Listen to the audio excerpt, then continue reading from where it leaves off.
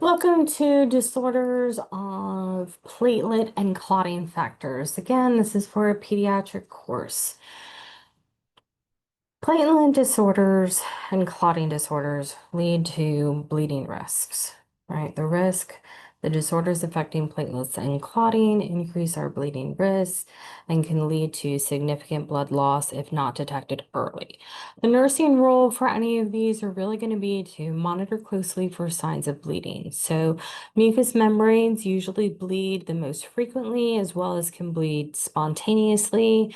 We also want to look at the skin to see if we're having petechiae or purpura, assessments of stool and urine, as well as neuro changes. We want to make sure that we're collaborating with our healthcare team to identify causes and plan treatments. We want to implement bleeding precautions, so soft toothbrushes, no rectal temperatures, avoid IM injections.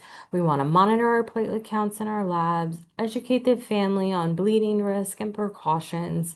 Your goal is early recognition and intervention and minimize complications from bleeding. We're going to start with hemophilia. So, hemophilia is a X-linked recessive disorder. Carriers, females, males are typically affected.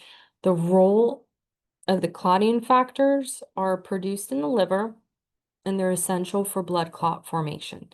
Deficiency impairs clotting and increases the risk for bleeding. We are going to discuss hemophilia A, which is classic, which is a deficiency of factor VIII, and hemophilia B, which is Christmas disease, and it's a deficiency of factor IX. Both present with similar clinical symptoms. And just to discuss the clotting cascade, so we have 10 clotting factors that work in sequence to form a clot. Factor VIII and IX are the key missing defects in hemophilia, and without them, we have clotting incomplete with prolonged bleeding. Manifestations. So early signs and diagnosis, sometimes it's first noted after circumcision. The infant baby is going to have prolonged bleeding. If they make it to their toddler years, we're going to have signs with increased bleeding with just minor injuries, and that can reveal the disorder. Usually by preschool, we're going to have persistent bleeding from minor cuts and scrapes. Bleeding characteristics, if the child has surgery or trauma, we're going to see increased bleeding. If they have this severe disease, we're going to see spontaneous bleeding without clear cause. So this kid's going to have easy bruising, nosebleeds, maybe hematuria. Maybe even we'll see when they lose their baby teeth that we'll have bleeding with that, or excessive bleeding with cuts, or even some bleeding at their injection sites when they get their vaccines. Hemoarthritis is a hallmark of this. It's seen in the knees most commonly. And what it is recurrent bleeding in the same joint, which leads to swelling, pain, and stiffness. And that will lead to limited mobility and chronic joint damage in severe cases. And this is what that looks like. So hemoarthritis is something that's seen in our hemophilia population. The bleeding into the joint space. It's commonly seen in knees, ankles, and elbows, and it's a hallmark complication of mild to severe cases of hemophilia. Early signs, client might report some tingling or some bubbling sensation in the joint. We're going to see warmth, stiffness, and discomfort, all before visible swelling. The progression, the joint swelling, pain, and decreased mobility will occur. The child may gradually become guarded or refuse to move the affected limb. Repeated episodes are going to show chronic changes that will lead to permanent joint damage. Your nursing interventions for this is to administer factor replacement promptly, and you have to know what type of hemophilia they are to ensure we're administering the appropriate factor. We want rest, ice, compression, elevation for the acute joint bleeds. We want to immobilize the affected joint during acute episodes. We want to resume gentle range of motion once pain and swelling subside. We want to use analgesics to treat this, but remember, Tylenol is going to be a good choice for this. You want to avoid anything that's going to increase the risk of bleeding. So are things like nonsteroidal antiplatelets and aspirin that can affect platelet function are definitely not a medication that we can administer to this kiddo. And that would go whether we're just giving them it for fever control or in an acute event like this. Long-term prevention, we want to prevent recurrent episodes through prophylactic factor replacement. We want to teach parents and children on early recognition of joint bleeds. We want to encourage safe physical activity, like swimming is a good activity for this child, not rock climbing.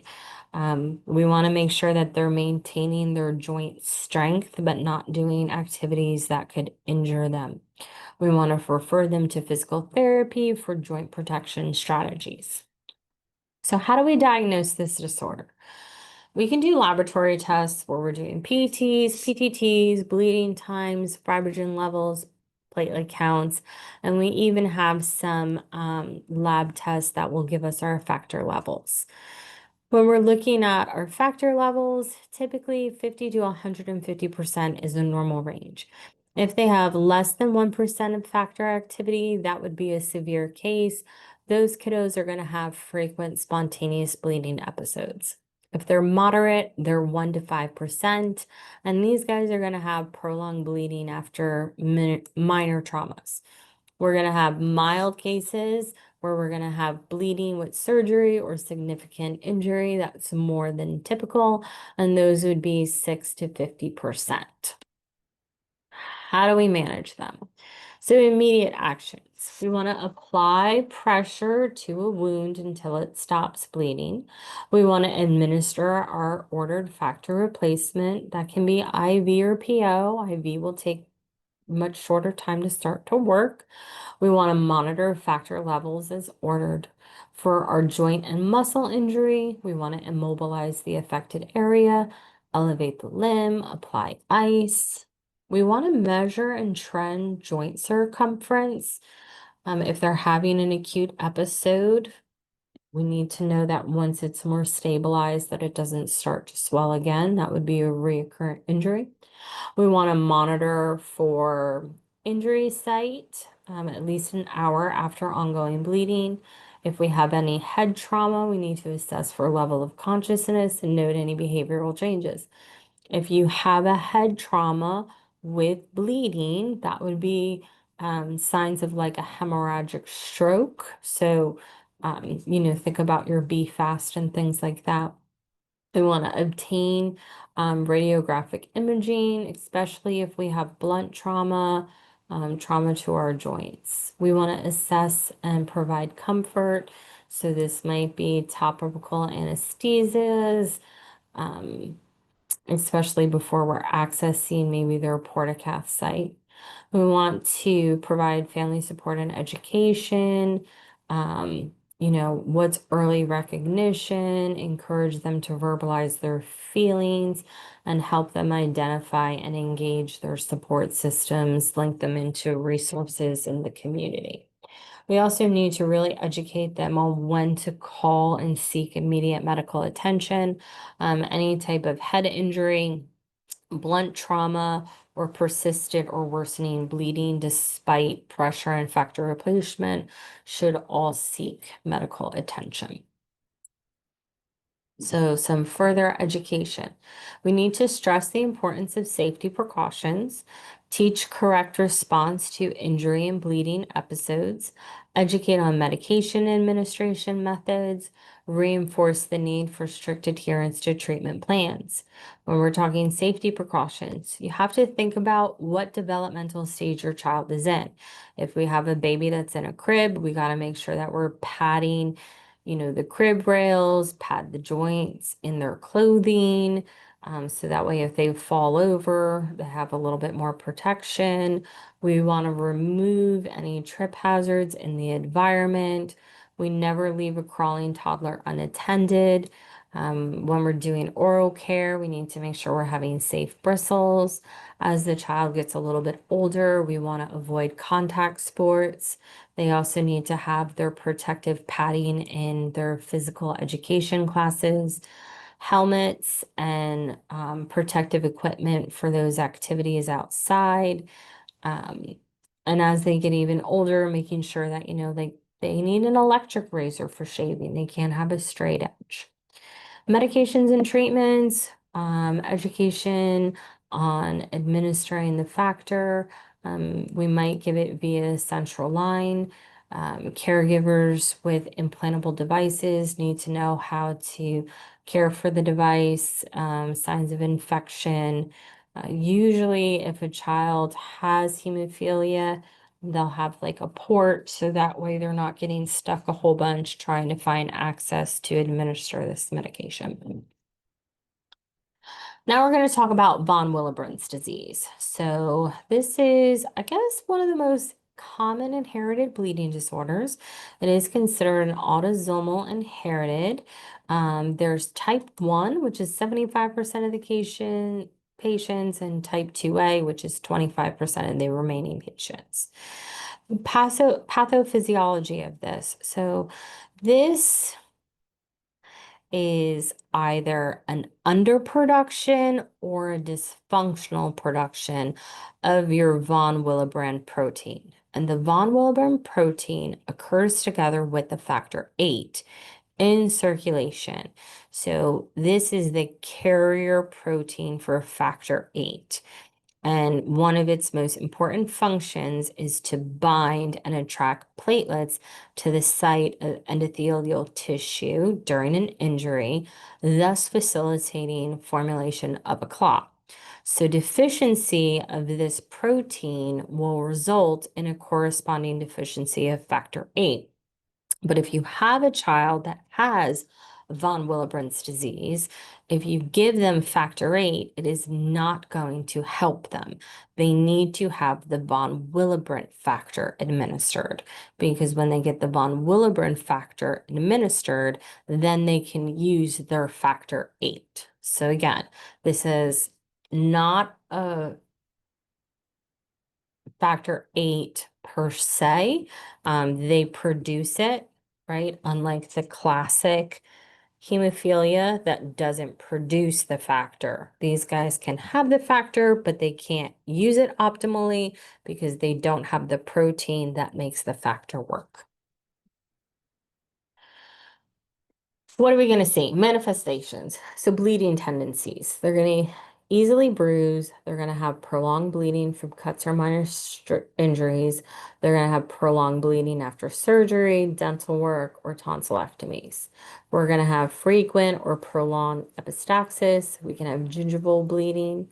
With their menstrual and their GU cycles, they might have heavy periods. They might have hematuria, which is less common but possible.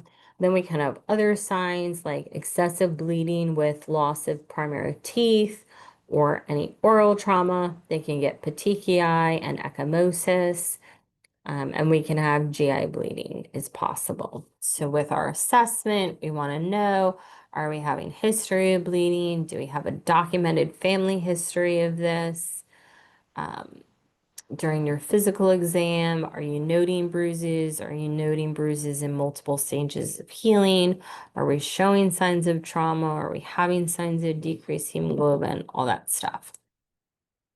Diagnostic evaluation, these guys are going to have a bleeding time that's prolonged, greater than 13 minutes. They're going to have a PTT that's prolonged, and they're going to have a PT that's normal.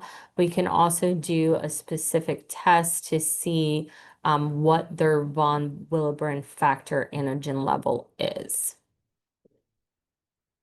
Nursing care and interventions. So your goal is to control bleeding episodes and replace either the deficient or dysfunctional von Willebrand factor.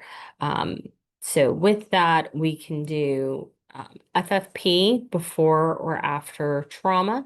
We can use desmopressin or DDAVP, IV or intranasally, because that will stimulate the von Willebrand factor release. So if we know that they just have a deficiency in it, we can give them DDAVP and they should have an increased release of it. If our nursing interventions, we want to implement safety precautions. So we want to prevent any trauma or injury. We want to avoid medications that affect platelet function, like our aspirin and nonsteroidal anti-inflammatory agents. We want to treat bleeding promptly. And we want to refer the family to any hemophilia foundations for support. For evaluation, is your bleeding episodes controlled? Do your parents understand the education? Are they able to teach it back to you? Do they understand the medication precautions? Is the family accessing their resources and their support sites appropriately? What does some of that education look like? So when we're talking about safety and prophylaxis, we want to treat safety precautions. We want to review prophylactic therapies, especially if they're going to have an elective procedure. Um, this child and the other bleeding disorders should all wear a medical alert tag at all times. We want to make sure we're doing injury prevention. So we want to emphasize activities that we should avoid, like not doing high risk things that could be traumatic or contact sports, and teach them about, more low impact, low risk trauma sports like swimming. We want to teach symptoms that require prompt reporting to the provider. Medication safety. Parents really need to read all medication labels carefully. They need to avoid prescription and over-the-counter meds that are going to impair platelet function, like aspirin and nonsteroidals. We want to teach older children and parents proper preparation and administration of their factor. We want to infuse care of infusion catheters. And in our psychosocial support, we want to help the patient and family cope with this chronic diagnosis. We want to encourage strategies for maintaining normalcy in their daily life. And we want to collaborate with social worker and case management to connect them into community resources that are going to help. Moving on to ITP, immune thrombocytic purpura. So this is an acquired bleeding disorder, right? The other ones that we were talking about are genetic. These are acquired. This is going to be thrombocytopenia, so it's less than 150,000 platelet count. These kids are going to get a purpuric rash, which is, we start out with petechiae, which is kind of at the capillary level, and then we start to have pooling of a whole bunch of those, and then we get that purple rash. And I usually ask parents, do they have any purple dots or spots? And then the other thing with this is that there's no other identifiable cause of the thrombocytopenia. So it's not like we have a cancer or some type of other underlying disorder that's causing our platelets not to develop. Etiology, most common acquired bleeding disorder in children. The incidence is about 3 to 8 per 100,000 children. We could have the acute ITP, which is typically children that are less than 10 years old. It's equal in male and female. It often occurs in our late winter, early spring months, and it's more common than the chronic form. The chronic version of ITP usually lasts for 6 months in duration. It's more common in our adolescents, and it's more common in our females than our males. So your etiology, pathophysiology, it usually follows a viral illness. So we have something that triggers our immune system.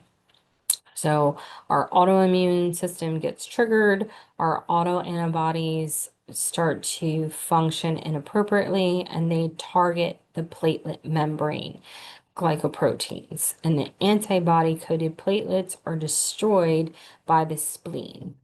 And this is just kind of a flow of that. So we get that virus, and then we get the destruction of the platelet by the glycoprotein, and then further destruction of the platelets by the spleen and other organs. What does this look like? This is going to be a sudden, rapid onset of bruising and petechiae to purpura. They're going to have bleeding of their mucous membranes and their gums. And then any injury they get, like a tiny little bump, we're going to get bruising from bleeding from that injury. Our diagnostic evaluation. So we're going to be looking at their history, and we really need a detailed medical history, any recent medications that could have led to thrombocytopenia, any recent viruses, and then also we need to pay attention to live virus vaccines. So if they get their MMR, their varicella, or an intranasal flu, those are three viral vaccines that could potentially cause the immune system to have this autoimmune response. Laboratory testing, they're going to do a CBC, but it's going to be a CBC with a peripheral smear. And what that means is that somebody in the lab is going to take a drop of that blood, put it on a slide, and they're actually going to do a manual count of that. And it's going to show a low platelet count of less than 50,000, but all other blood values are going to be normal.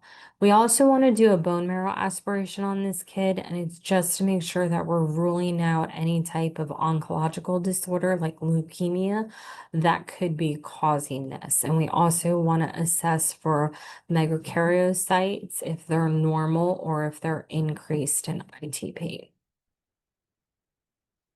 Treatment. So the treatment goal is to prevent any life-threatening bleeding. We want to restore the platelet count greater than 20,000, and we want to shorten the duration of thrombocytopenia. So our first-line therapies are usually going to be steroids, which can be IV or oral, and they're given over 2 to 4 weeks. And that's to block that autoimmune platelet destruction. We can also give IVIG for 1 to 2 days, which is going to inhibit the platelet degradation. And also, it'll often increase platelet count dramatically after one dose. If those therapies don't work, we can do an alternative therapy of IV anti-D immune globulin, which is RH plus A plus B plus O. That's not really important, but overall, you want to monitor if the kid gets the IV anti-D immunoglobulin, you want to monitor for hemolytic anemia. If we have a refractory case or we have a chronic case, sometimes they will do a splenectomy if the child's unresponsive. And then we're only going to transfuse platelets if we're having active or uncontrolled bleeding. So your nursing interventions for this, right? We want to avoid administering any IM injections, avoid medications that affect our platelet function. We don't want to do rectal temperatures. We don't want to perform invasive procedures if we don't have to. If we do have to, we're performing them with extreme caution. We want to refer the family to healthcare centers to receive medical treatments, educate the patient and family about ITP and home care, administer our medications as ordered, implement those bleeding precautions, implement those safety precautions, prepare for splenectomy if we're going that way, and preparing for that would be lots of education on post-care follow-up and immune suppression, like what they need to do for making sure that they don't get infections, administer our vaccines as ordered, administer our prophylactic antibiotics as ordered, and obviously report any signs of increased bleeding to our healthcare providers. With our current advances in medical care, a splenectomy for a patient with ITP is the last resort, and they need to have criteria of an age greater than 5 years old, that they've had poor response to steroid and IVIG therapy, as well as anti-D, and then a history of acute life-threatening bleeding. So splenectomy, last report. Education on this. We want to explain the disease process in simple terms. We want to review the side effects of steroids and IVIG. We want to stress the importance of follow-up evaluations. We want to do infection awareness, so signs and symptoms of infections, actions to take if we have a fever or an infection, activity and safety. Again, think low impact sports, least risk sports, no activities that could create an injury and thereby result in bleeding. Avoid medications that affect platelet function like aspirin and nonsteroidals. Read over-the-counter medication labels carefully. I don't know how often you'll look at a cold medication and the base or, the antipyretic is ibuprofen. Oral care, soft toothbrushes again, and then that safe home environment. So pad corner tables, pad crib rails, add extra joint padding in clothing. Make sure if it's, that adolescent that we're using an electric razor, not a straight edge. DIC. So the pathophysiology, the process, we have endothelial damage or tissue injury. So something in our skin is open and we're bleeding, and we're stimulating our clotting cascade, right? So platelets and clotting factors with this are going to become consumed and they're going to become depleted. And then the body is going to activate fibrolysis, which then we're going to have an increase of fibrogen degradation.